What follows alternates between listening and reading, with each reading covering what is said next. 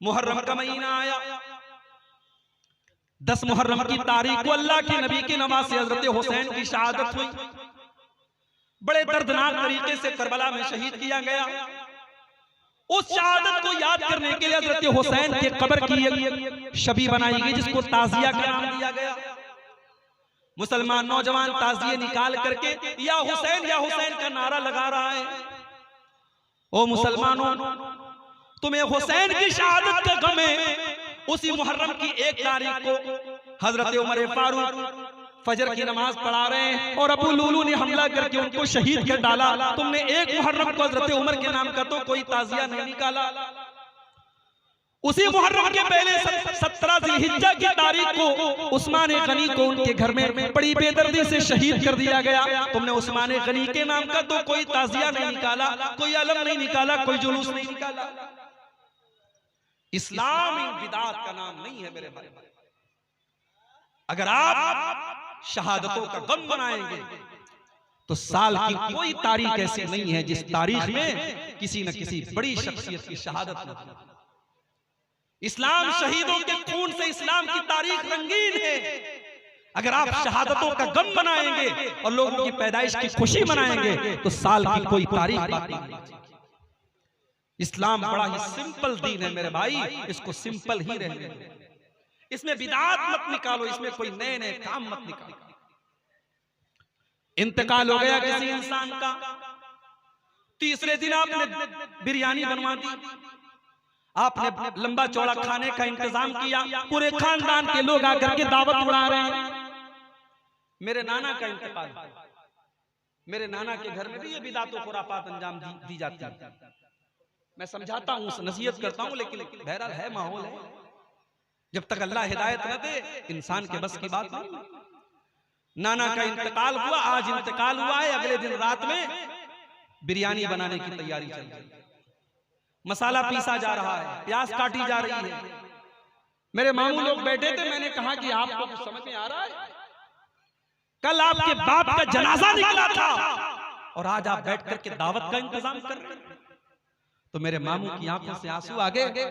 कहा कि बात आपकी बिल्कुल सही है, हमें भी ये चीज गलत लग रही है, मगर हम नहीं करेंगे तो समाज को क्या मुनाफा?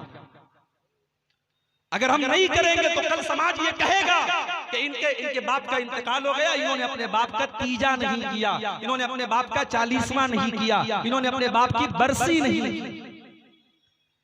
इस गम ने हमको मारा कि लोग क्या कहें। मेरे भाइयों, लोगों की परवाह मत करो। परवाह करना है तो अल्लाह और उसके रसूल की परवाह करो। हिसाब व किताब हमें अल्लाह की बारगाह में देना है। लोगों का क्या है, आप मरेंगे, लोग मिट्टी देकर के हाथ झाड़ के चले जाएंगे, लोग कब्र में आपके काम नहीं आएंगे, लोग आखिरत में आपके काम नहीं आएंगे। लोगों का क्या है मेरे भाई? इतना बड़ा जलजला आया तुर्की और सीरिया के अंदर, आराम से लोग होटलों में बैठ के खाना खा रहे हैं, बच्चों के साथ खेल रहे हैं। अचानक जलजला आता है, न बीवी को शौहर की फिक्र है, न बच्चों को बाप की फिक्र है, न बाप को बेटे की फिक्र है। सब भाग रहे हैं और अपनी जान बचाने के लिए सब बेताब पड़े हैं। एक छोटे मोटे जलजले में हमने कयामत का नक्शा देखा है। सोचो मेरे प्यारे साथियों, जब कयामत के दिन का जलजला आएगा तो क्या? यौम यफ़िरुल मर्उ मिन अख़ीहि व उम्मिहि व अबीहि व साहिबतिहि व बनीहि लिकुल्लि इम्रिइन मिनहुम यौमइज़िन शानुन युग़नी। कयामत के दिन इंसान अपनी माँ को देख करके भागेगा, अपने बाप को देख करके भागेगा, अपनी बीवी को देख करके भागेगा, अपने बच्चों को देख करके भागेगा। वहां कोई किसी का पुरसान हाल नहीं होगा।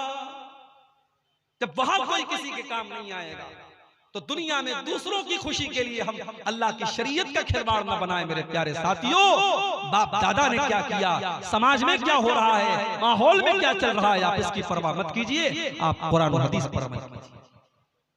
आज हमारे यहाँ की शादियों का हालात देख लीजिए। हमारे बहुत सारे नौजवान हर जलसे में तकरीर सुनने जा रहे हैं, अब्दुल गफ्फार साहब से बड़ी मोहब्बत करते हैं, हमारे साथ सेल्फी लेने के लिए तैयार हैं। लेकिन आपने कभी ये सोचा कि आप जब शादी करते हैं तो आपको बाकायदा सामान तिजारत बना करके आपका सौदा किया जाता है? गरीब लड़की के बाप से सौदा किया जाता है कि शादी के मौके पर आपको ये चीजें देनी पड़े। अगर आपके दिल में जर्रा बराबर गैरत है मेरे नौजवानों, अगर इस जलसे में 500 नौजवान भी बैठे हैं, अगर 500 नौजवान ये दिल में इरादा कर लें कि हम अपनी शादी में जहेज नहीं लेंगे, हम अपनी होने वाले ससुर के ऊपर कोई बोझ नहीं डालेंगे, तो 500 फैमिलीज से आप इस बोझ को खत्म कर देंगे। 500 गरीब बेटियों के बाप सुकून की सांस लेंगे अगर सिर्फ 500 नौजवान इस जलसे में ये तय कर ले कि हम जहेज लेंगे। हमारे यहाँ बिरादरी चलती है, कोई शेख है, कोई अंसारी है, कोई शेरशाबादी है, कोई कुछ है, कोई कुछ है, मगर इन खुराफात की कोई बिरादरी नहीं। शेख भी जहेज ले रहा है, अंसारी भी ले रहा है, शेरशाबादी भी ले रहा है, अहले हदीस भी ले रहा है, देवबंदी मसलक का भी ले रहा है। जहेज की और इन रस्मों की कोई बिरादरी नहीं है मेरे भाई। अल्लाह के वास्ते आप इस बुराई को खत्म करो मेरे भाई। आज हालात ये हो गए, पहले महीने में एक खबर आती थी कि कोई मुसलमान लड़की गैर मुस्लिम के साथ फरार हो गई, मुर्तद हो गई। पहले महीने में, साल में एक खबर आती थी। अब रोजाना व्हाट्सएप पर खबरें आती हैं। नेहा अंसारी ने शादी कर ली रोहित के साथ, शबाना शेख ने शादी कर ली संजय के साथ। लड़की मुसलमान है, फेसबुक पर गैर मुस्लिम लड़के से दोस्ती कर रही है, उसको आई लव यू बोल रही है, उससे मोहब्बत का इजहार कर रही है, उसके साथ फोटो खींच करके उसके साथ अपने इश्क और मोहब्बत का चर्चा कर रही है, और फिर एक दिन उसके साथ भाग जाती है और उसके मजहब में दाखिल हो जाती है। यानी इसका मतलब ये हुआ कि हम अपनी बेटियों को इस काबिल भी नहीं बना सके कि उन्हें रब की तौहीद की अहमियत समझा पाते, उन्हें इस्लाम की अहमियत समझा पाते, उन्हें ईमान की कदर और कीमत समझा पाते। ये ईमान दुनिया की सबसे कीमती चीज है मेरे भाई। ये ईमान वो चीज है जिसकी हिफाजत करने के लिए अगर जान देनी पड़े तो जान दे दी जाए, अगर माल कुर्बान करना पड़े माल कुर्बान कर दिया जाए, अगर बाल बच्चों को कुर्बान करना पड़े बाल बच्चों को कुर्बान कर दिया जाए। ये ईमान तो वो दौलत है। जब सुमैया रज़ी अल्लाह ताला अन्हा को जालिम अबू जहल ने जब उनके हाथ पैर को बांध दिया और जवान बेटे को उनके सामने बांध दिया, उनके शौहर यासिर को उनके सामने बांध दिया और सुमैया को ऑफर किया, ऐ सुमैया अगर तू इस्लाम को छोड़ दे, तू ला इलाहा इल्लल्लाह को छोड़ दे, ऐ सुमैया तुझे टॉर्चर करना, तुझे तकलीफ देना छोड़ दे। मगर सुमैया को इस दौलत की कीमत पता थी, सुमैया को ईमान की अहमियत पता थी।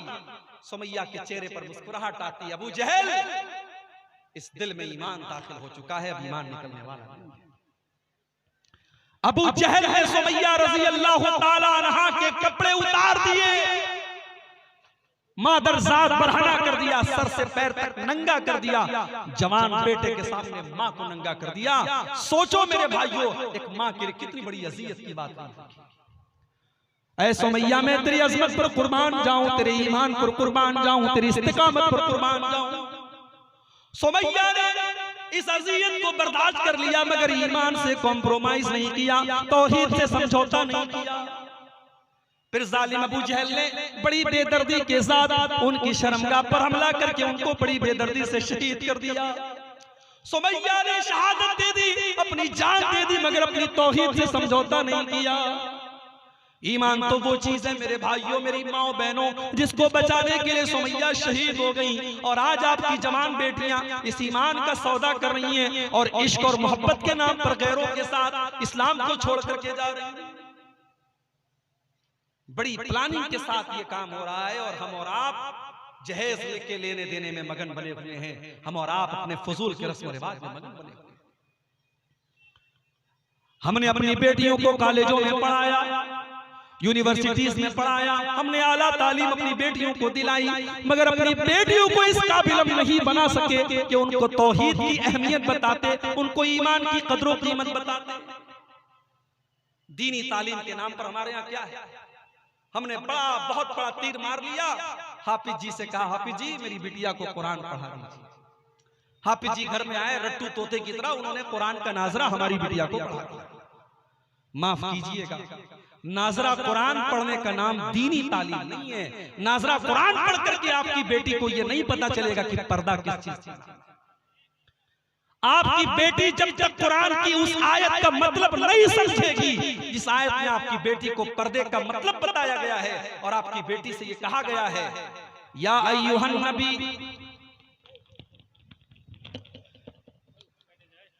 या अय्युहन नबिय्यु कुल लिअज़वाजिका व बनातिका व निसाइल मुमिनीना युदनीना अलैहिन्ना मिन जलाबिबिहिन्ना।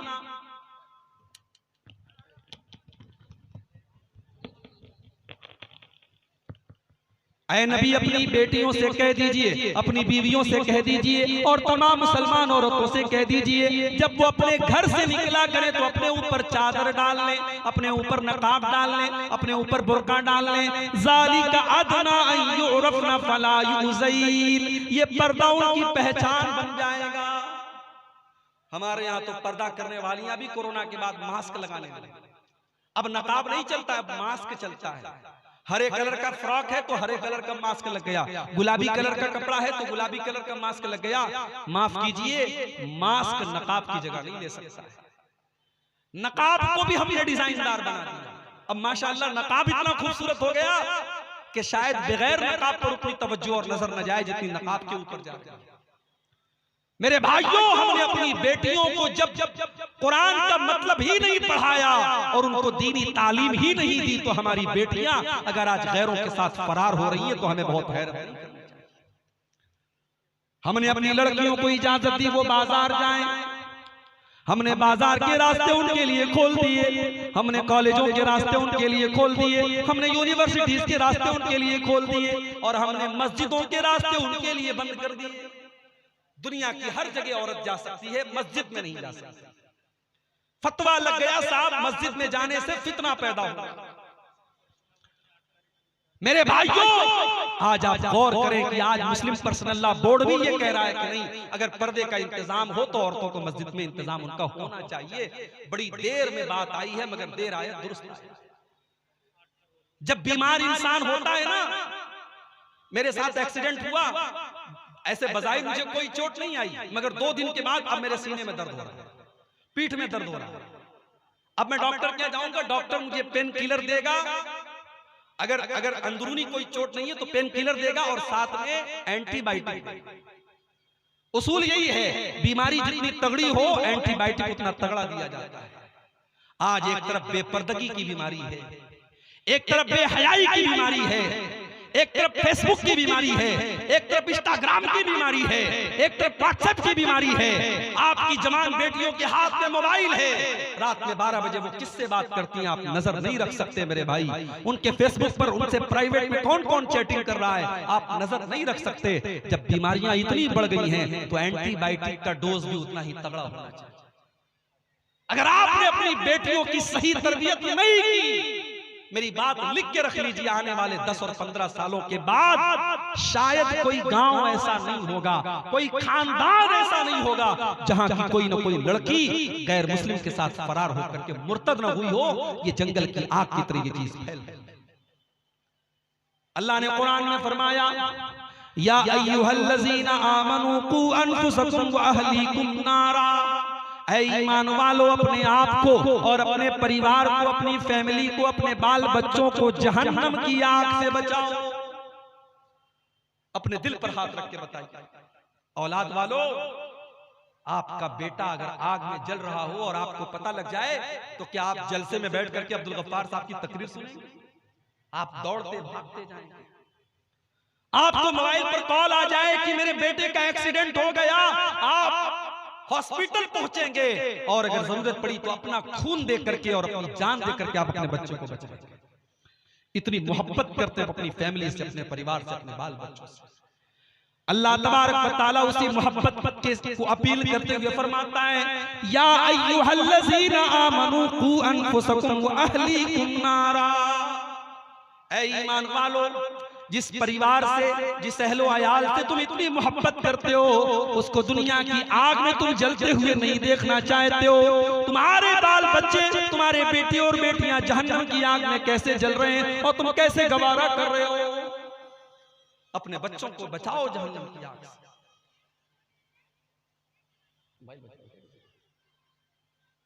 आप रात में तहज्जुद की नमाज पढ़ रहे हैं,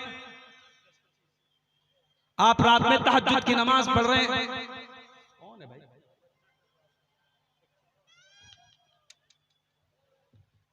सुकून होना चाहिए प्रोग्राम। एक तो ये शुरू में ये चैनल वाले बिला वजह परेशान करते रहते हैं। आप गौर कीजिए,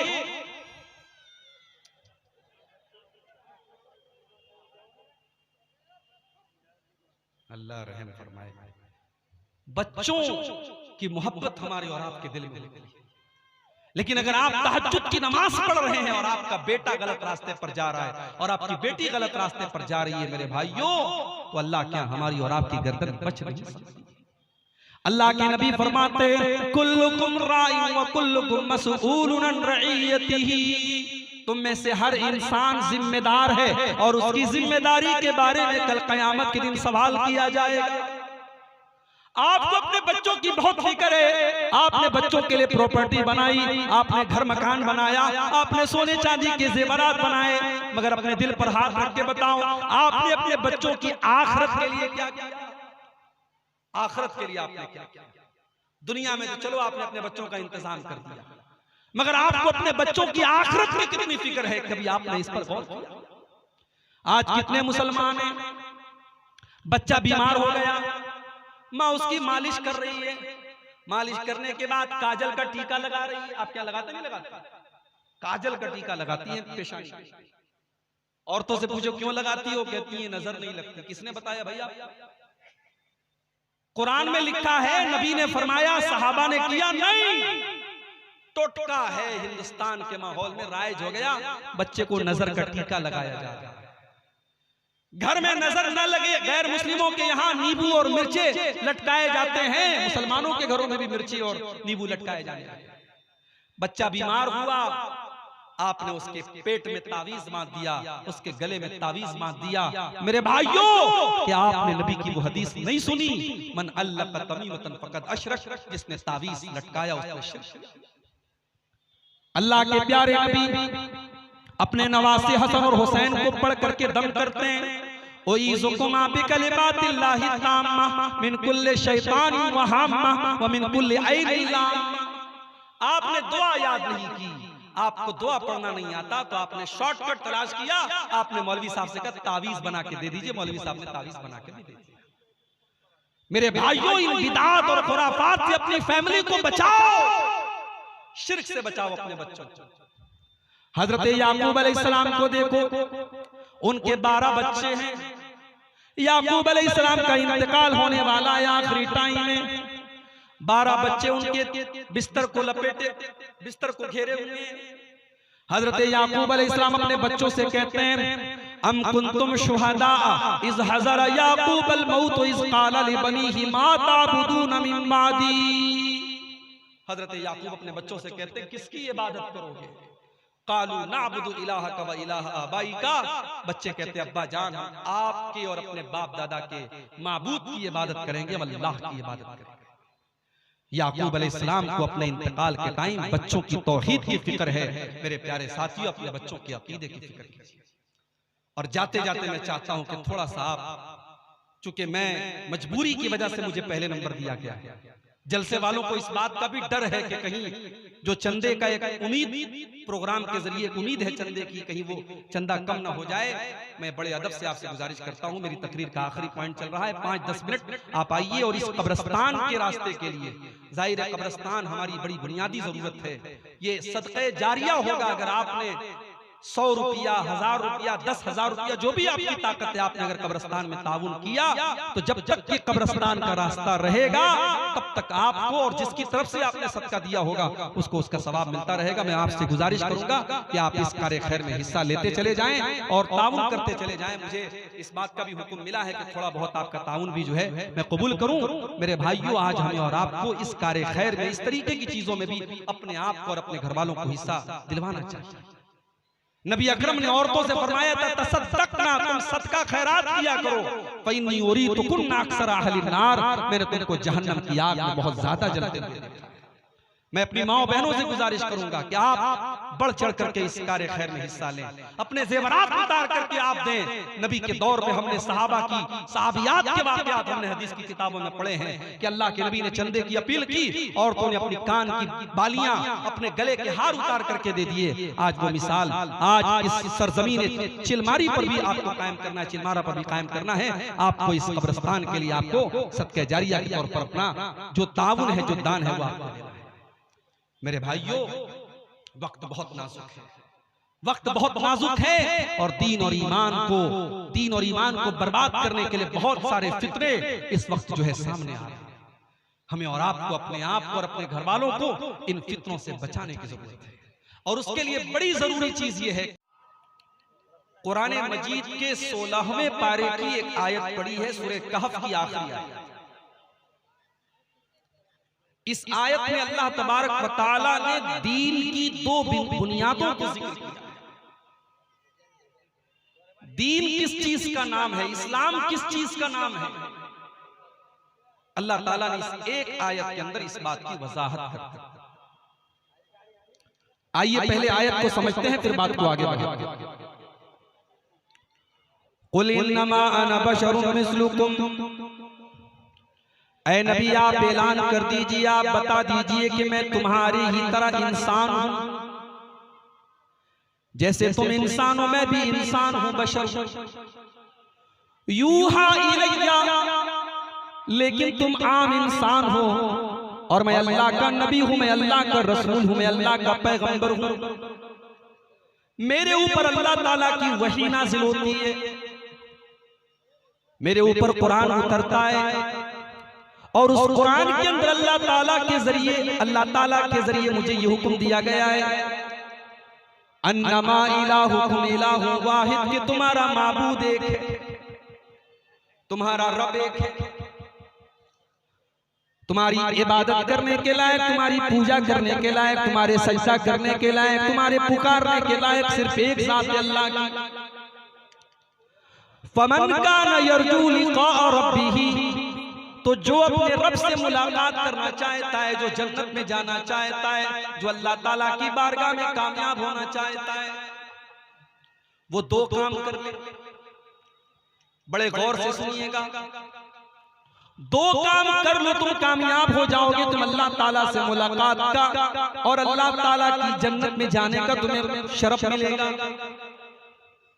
कौन सा दो काम करना है? फलयामल अमलन सालिहा, पहला काम ये करना है कि तुम जो भी अमल करो वो नेक अमल हो, वो अमल साले हो। अल्लाह ताला ने ये नहीं कहा अमल करना है, अल्लाह ने कहा कि वो अमल करना है जो नेक अमल हो। अब नेक अमल किसको कहते हैं? बड़ी आसान सी मिसाल मैं आपको अक्सर देता हूं। इसी मुल्क में हमने देखा,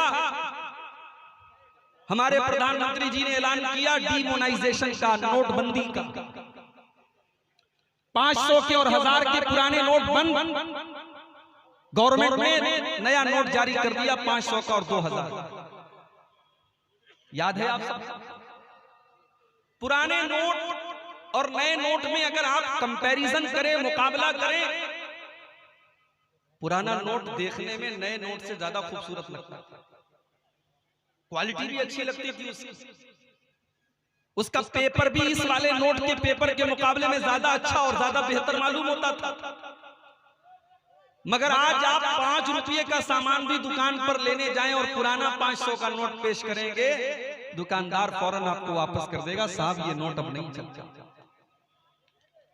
आप कहेंगे साहब ये 500 का पुराना नोट है तो क्या हो गया, ये नए वाले नोट से बेहतर है, उससे अच्छा है, उससे खूबसूरत है, उससे मजबूत है। दुकानदार बोलेगा ये जितनी भी खूबियां आपने बयान की सब अपनी जगह है, मगर मैं ये नोट नहीं ले सकता, इसलिए कि जो ये नोट आप लेकर के आए हैं इसको भारत सरकार ने, इसको गवर्नमेंट ऑफ इंडिया ने रिजेक्ट कर दिया है। अब सरकार की नजर में ये नोट नहीं चलेगा। यही मसला दीन का है मेरे प्यारे से। आपने जो अमल किया वो अमल हो सकता है कि देखने में बड़ा अच्छा लग रहा हो, बड़ा खूबसूरत लग रहा हो, बड़ा आकर्षक हो, बड़ा अट्रैक्टिव हो, लेकिन अगर उस अमल के ऊपर जनाब मोहम्मद रसूलुल्लाह सल्लल्लाहु अलैहि वसल्लम की मुहर नहीं है, कुरान और हदीस की मुहर नहीं है, तो फिर वो अमल अल्लाह की बारगाह में रिजेक्ट कर दिया जाएगा, उसको कबूल नहीं किया जाएगा। अभी रजब का महीना आया था, रजब की 27 तारीख को लोगों ने शबे मेराज के नाम से जश्न मनाया। रात रात भर लोगों ने नमाजें पढ़ी, दिन में रोजा रखा, हमने कुरान को खोल के देखा, हमने नबी की हदीसों को पढ़ के देखा, हमने सहाबा के अमल को देखा। उन्होंने कभी भी 27 रजब को कोई खास इबादत नहीं की, कोई रोजा नहीं रखा, कोई तहज्जुद की नमाज नहीं पढ़ी। भाई काम तो सही हो रहा है, नेक अमल हो रहा है, इबादत हो रही है, रोजा रखा जा रहा है, तिलावत हो रही है, कौन सा मुसीबत का पहाड़ आ गया? अमल देखने में अच्छा है, मगर इस अमल के ऊपर जब अल्लाह के नबी की मुहर नहीं है, कुरान की मुहर नहीं है, हदीस की मुहर नहीं है, तो इस अमल को बिदअत कहा जाएगा और बिदअत का अंजाम बहुत ही बुरा है मेरे प्यारे साथी। अल्लाह के प्यारे नबी अपने हर खुतबे में फरमाते थे वशर्रुल उमूरी मुहदसातुहा, सबसे बुरा काम वो है जो दीन के अंदर नया निकाला गया हो। वकुल्लु मुहदसतिन बिदअ, और दीन के अंदर नया निकाला गया काम बिदअत है। वकुल्लु बिदअतिन ज़लाला, और हर बिदअत गुमराही है। वकुल्लु ज़लालतिन फिन्नार, और हर गुमराही का ठिकाना जहन्नम है। शरीयत आपकी लॉजिक से नहीं चलेगी, शरीयत चलेगी कुरान और हदीस की रोशनी में। चलिए शरीयत चलेगी अल्लाह और उसके रसूल के हुक्म की रोशनी में।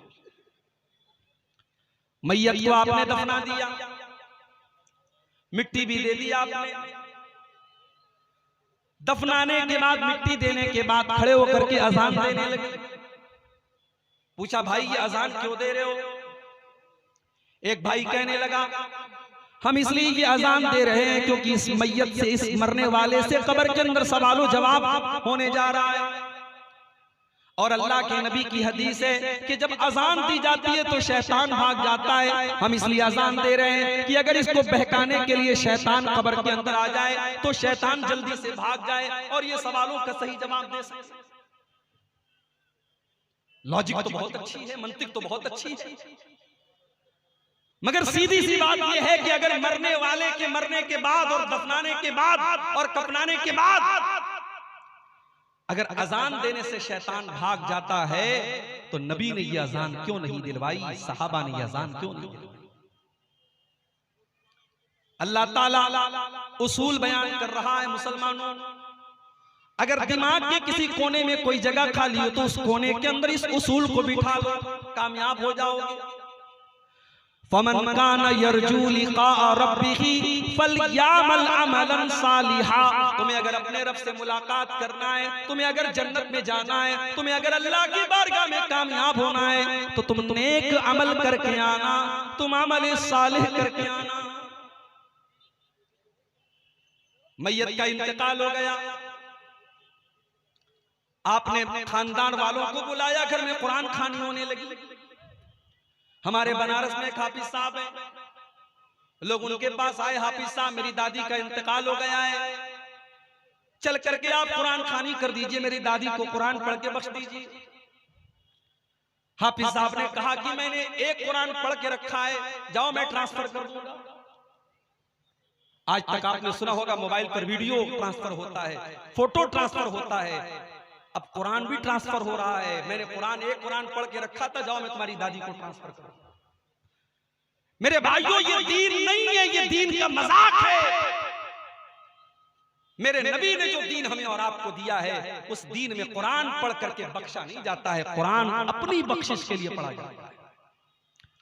वनुनज़्ज़िलु मिनल कुरानि मा हुवा शिफ़ाउन व रहमतुल लिल मोमिनीन, हमने इस कुरान को उतारा है, इस कुरान को हमने उतारा है ऐ ईमान वालों तुम्हारे लिए शिफा बना करके। हमने कुरान को शिफा समझा। किस चीज की शिफा? बच्चा बीमार है, मौलवी साहब पढ़ के दम कर दीजिए। लड़की के ऊपर नजरे बद का असर है, मौलवी साहब पढ़ के दम कर दीजिए। घर के अंदर बरकत नहीं हो रही है, मौलवी साहब आकर के कुरान पढ़ दीजिए। हमने कुरान को शिफा समझा दुनिया की बीमारियों के लिए। यकीनन कुरान दुनिया की बीमारियों के लिए भी शिफा है, और बीमारियों में आप कुरान की आयतें पढ़ के दम कर सकते हैं, मगर कुरान हकीकत में जो शिफा है मेरे भाइयों वो दिल की बीमारियों के लिए शिफा है। कुरान रूह की बीमारियों के लिए शिफा है। कुरान आपके दिल से तकब्बुर को मिटाता है, हसद को मिटाता है, लालच को मिटाता है, दुनिया की मोहब्बत को मिटाता है, शैतान की खसलतों से आपके दिल को पाक और साफ करता है। कुरान हकीकत में इस माना में शिफा है। मगर हमने कुरान को कुरान खानी की किताब बना के रखा। अल्लाह के नबी फरमाते जिस घर में सूरह बकरा पढ़ी जाती है उस घर से शैतान भाग जाता है। एक साहब कहने लगे मौलवी साहब, अगर हम मोबाइल के ऊपर सूरह बकरा की तिलावत शुरू कर दें तो क्या शैतान भाग जाएगा? यानी हर चीज में हमें शॉर्टकट चाहिए। हम खुद कुरान नहीं पढ़ेंगे, हम मोबाइल के जरिए कुरान पढ़ना चाहते हैं कि हम मोबाइल पर कुरान चालू कर दें और घर में कुरान बजने लगे, हमें कुरान ना पढ़ना पड़े। अल्लाह माफ करे, आइंदा चल करके कहीं ऐसा ना हो कि नमाज भी वीडियो के जरिए और मोबाइल के जरिए पढ़ी जाने लगी और ये कहा जाए कि साहब हमने मोबाइल के अंदर वीडियो के जरिए नमाज पढ़ ली, नमाज हो गई। दीन को इतना डिजिटलाइज मत करो मेरे भाई।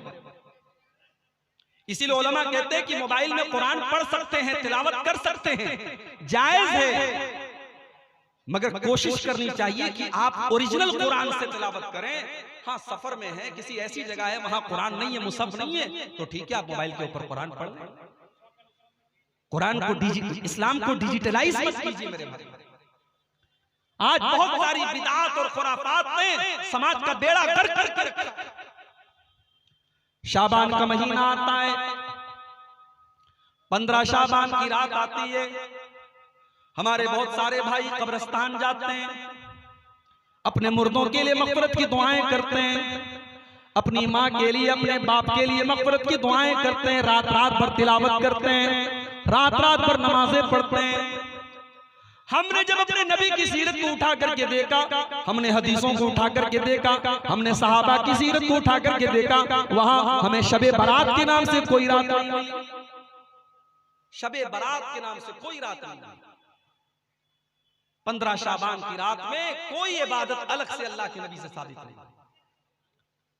यहां तक कि यह अकीदा रखा जाता है कि इस दिन मुर्दों की रूहें लौट करके आती हैं। जैसे हमारे हिंदू भाइयों के अकीदा रखा जाता है कि साल में एक दिन उनके बाप दादा की, उनके पुरखों की आत्माएं लौटती हैं और वो कौवे की शक्ल में आती हैं, वो कौवों को खाना वगैरह खिलाती हैं। मुसलमानों ने उस कॉन्सेप्ट को अपने यहाँ ले लिया और हमारे यहाँ शबे बारात बन गई। हमारे यहाँ हलवा बनाया जाता है और मुर्दों को उसका सवाब पहुंचाया जाता है।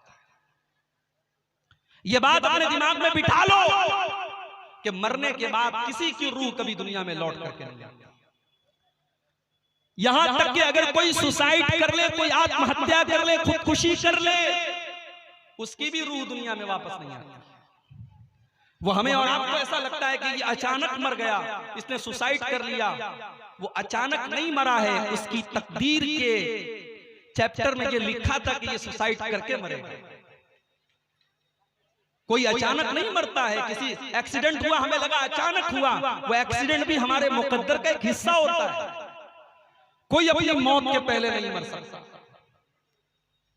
मेरे साथ जो हादसा हुआ है वो शायद मौलाना अब्दुल रहमान सलफी के साथ मुंबई में जो हादसा हुआ तो उससे ये हल्का हादसा नहीं था। मैंने जब गाड़ी की तस्वीर खींच करके अपने छोटे भाई को भेजी, मोबाइल मेरा डिस्चार्ज हो गया और उसने सोशल मीडिया पे वो फोटो डाल दिया कि मेरे भाई के साथ हादसा हुआ है। लोगों ने सिर्फ गाड़ी की तस्वीर देखी थी, मेरी तस्वीर नहीं देखी थी।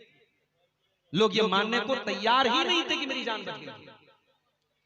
गाड़ी की तस्वीर देख करके लोग यकीन नहीं कर रहे थे। उस दिन मेरे मोबाइल पर कम से कम 1000 कॉल आई थी। मोबाइल मेरा दिन भर साइलेंट पड़ा हुआ था।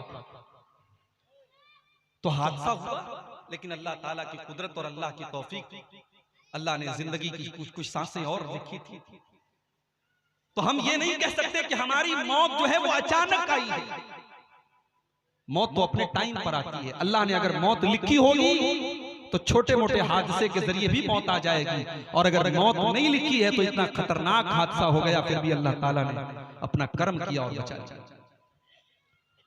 और मौत के आ जाने के बाद जब बंदे की रूह निकाली जाती है, बंदा अल्लाह की बारगाह में गुजारिश करता है, हत्ता इज़ा जाअ अहदहुमुल मौत क़ाल रब्बिरजिऊन। जब मौत का टाइम आता है तो बंदा कहता है कि ऐ अल्लाह, मुझे तू एक मौका और दे दे, एक बार तू दुनिया में मुझे लौटा दे। किस लिए? इसलिए नहीं कि मेरा मकान अधूरा था, मैं मकान की तामीर कर लूं। इसलिए नहीं कि बेटी की शादी करना था शादी कर लूं, इसलिए नहीं कि कारोबार अधूरा था कारोबार को पूरा कर लूं। लअल्ली आमलु सालिहन फीमा तरक्तु, ऐ अल्लाह मुझे बस एक मौका और दे दे ताकि मैं नेक अमल करके तुझको राजी कर लूं। अल्लाह फरमाता है कल्ला, ऐसा हरगिज होने वाला नहीं है। इन्नहा कलिमतुन हुवा क़ाइलुहा, मेरे बंदे ये तो बस तेरी एक ख्वाहिश है जो तेरी जुबान से निकल रही है। व मिन वराइहिम बरज़खुन इला यौम युबअसून, अब कयामत तक तुझे बरज़ख में रहना है। अब तेरी रूह को दुनिया में लौटाया नहीं जाएगा।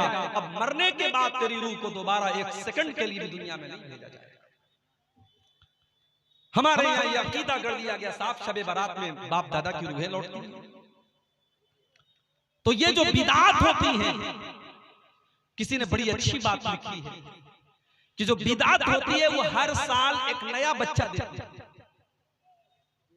रबीउल अव्वल की 12 तारीख आती है, हमारे बहुत सारे मुसलमान भाई 12 रबीउल अव्वल की तारीख को नबी अकरम की पैदाइश का जश्न मनाते हैं। पहले ये जश्न छोटे मोटे पैमाने पर मनाया जाता था, अब हर साल उसके अंदर बढ़ोतरी हो रही है। अब तो ऐसे वीडियो भी आने लगे कि अल्लाह के नबी के नाम पर बड़े बड़े केक भी काटे जा रहे हैं। ऐसे वीडियोस भी हमने देखे कि लड़कियां नाच रही हैं, नबी की पैदाइश का जश्न मना रही हैं। इसी मालदा और कलियाचक की सड़कों पर हमने देखा नौजवान खूबसूरत लड़कियां बड़ी बड़ी गाड़ियों पर बैठी हैं और अल्लाह के नबी की मोहब्बत के नाम पर झंडे उठा उठा करके वो नबी अकरम का नारा लगा रही हैं। हो लोगों, जिस नबी ने अपनी उम्मत की बेटियों को पर्दे में रहने का हुक्म दिया, जिस नबी ने अपनी उम्मत की औरतों को ये हुक्म दिया कि जब भी तुम घर से निकलो तो पर्दे में निकलो, तुम्हारे जिस्म का कोई हिस्सा किसी गैर मर्द के सामने जाहिर न हो। आज उसी रसूल की मोहब्बत के नाम पर जवान जवान लड़कियां आज अपनी खूबसूरती की नुमाइश कर रही हैं। जिस नबी ने अपनी उम्मत को ये तालीम दी थी, मन तशब्बहा बिक़ौमिन फहुवा मिनहुम, जो किसी कौम की नकल करेगा वो उसी कौम के साथ कल क़यामत के दिन उठाया जाएगा। हमने अपने नबी की मोहब्बत के नाम पर अपने नबी का ही बर्थडे मनाना शुरू कर दिया। हमने अपने नबी की मोहब्बत के नाम पर केक काटना शुरू कर दिया। कुछ दिन और गुजर जाने दो, अभी तो केक काटे गए हैं, मोमबत्तियां भी जलाई जाएंगी। और जिस तरीके से बच्चे का बर्थडे मनाया जाता है और हैप्पी बर्थडे टू यू कहा जाता है, उस तरीके से हैप्पी बर्थडे टू यू या रसूल अल्लाह भी कहा जाएगा। आप देख लीजिएगा, अगर आप जिंदा रहे तो वो दिन भी आएगा। बिदात हर साल एक नए बच्चे को जन्म देती है। नबी अकरम जब नमाज पढ़ते थे, सलाम फेरने के बाद आप अल्लाहु अकबर कहते थे, अस्तगफिरुल्लाह अस्तगफिरुल्लाह अस्तगफिरुल्लाह कहते थे। मुख्तलिफ आप दुआएं पढ़ते थे, अल्लाहुम्मा अंतस्सलामु व मिनकस्सलामु तबारक या ज़ल जलाली वल इकराम, रब्बि अइन्नी अला ज़िक्रिका व शुक्रिका व हुस्नि इबादतिका। मुख्तलिफ आप दुआएं पढ़ा करते थे। उसके बाद अगर किसी की मर्जी है, कोई चाहता है वो हाथ उठा के दुआ करना चाहता है अपने लिए, अपने बाल बच्चों के लिए वो दुआ कर सकता है, कोई मनाही नहीं है। हमने क्या किया, हमने नमाज पढ़ते ही सलाम फेरते ही हमने हाथ उठा के दुआ करना शुरू किया। इमाम ने हाथ उठाए, मुक्तदियों ने इमाम उठाए, मुक्तदियों ने हाथ उठाए, लोगों ने दुआएं की और उसके बाद सब उठ करके चले गए, सुन्नतें पढ़ने लगे। और सलाम फेरने के बाद की जो दुआएं हैं वो कोई नहीं पढ़ रहा है। एक बिदअत आती है, 10 सुन्नतों को लेके चली जाती है। इस साल में एक दिन उनके बाप दादा की, उनके पुरखों की आत्माएं लौटती हैं और वो कौवे की शक्ल में आती हैं, वो कौवों को खाना वगैरह खिलाती हैं। मुसलमानों ने उस कॉन्सेप्ट को अपने यहाँ ले लिया और हमारे यहाँ शबे बारात बन गई। हमारे यहाँ हलवा बनाया जाता है और मुर्दों को उसका सवाब पहुंचाया जाता है। ये बात अपने दिमाग में बिठा लो कि मरने के बाद किसी की रूह कभी दुनिया में लौट करके नहीं आती। यहां तक कि अगर कोई सुसाइड कर ले, कोई आत्महत्या कर ले, खुदकुशी कर ले, उसकी भी रूह दुनिया में वापस नहीं आती। वो हमें और आपको ऐसा लगता है कि ये अचानक मर गया, इसने सुसाइड कर लिया। वो अचानक नहीं मरा है, उसकी तकदीर के चैप्टर में ये लिखा था कि ये सुसाइड करके मरेगा। कोई अचानक नहीं मरता है। किसी एक्सीडेंट हुआ, हमें लगा अचानक हुआ, वो एक्सीडेंट भी हमारे मुकद्दर का एक हिस्सा होता है। कोई अपनी मौत के पहले नहीं मर सकता। मेरे साथ जो हादसा हुआ है वो शायद मौलाना अब्दुल रहमान सलफी के साथ मुंबई में जो हादसा हुआ तो उससे ये हल्का हादसा नहीं था।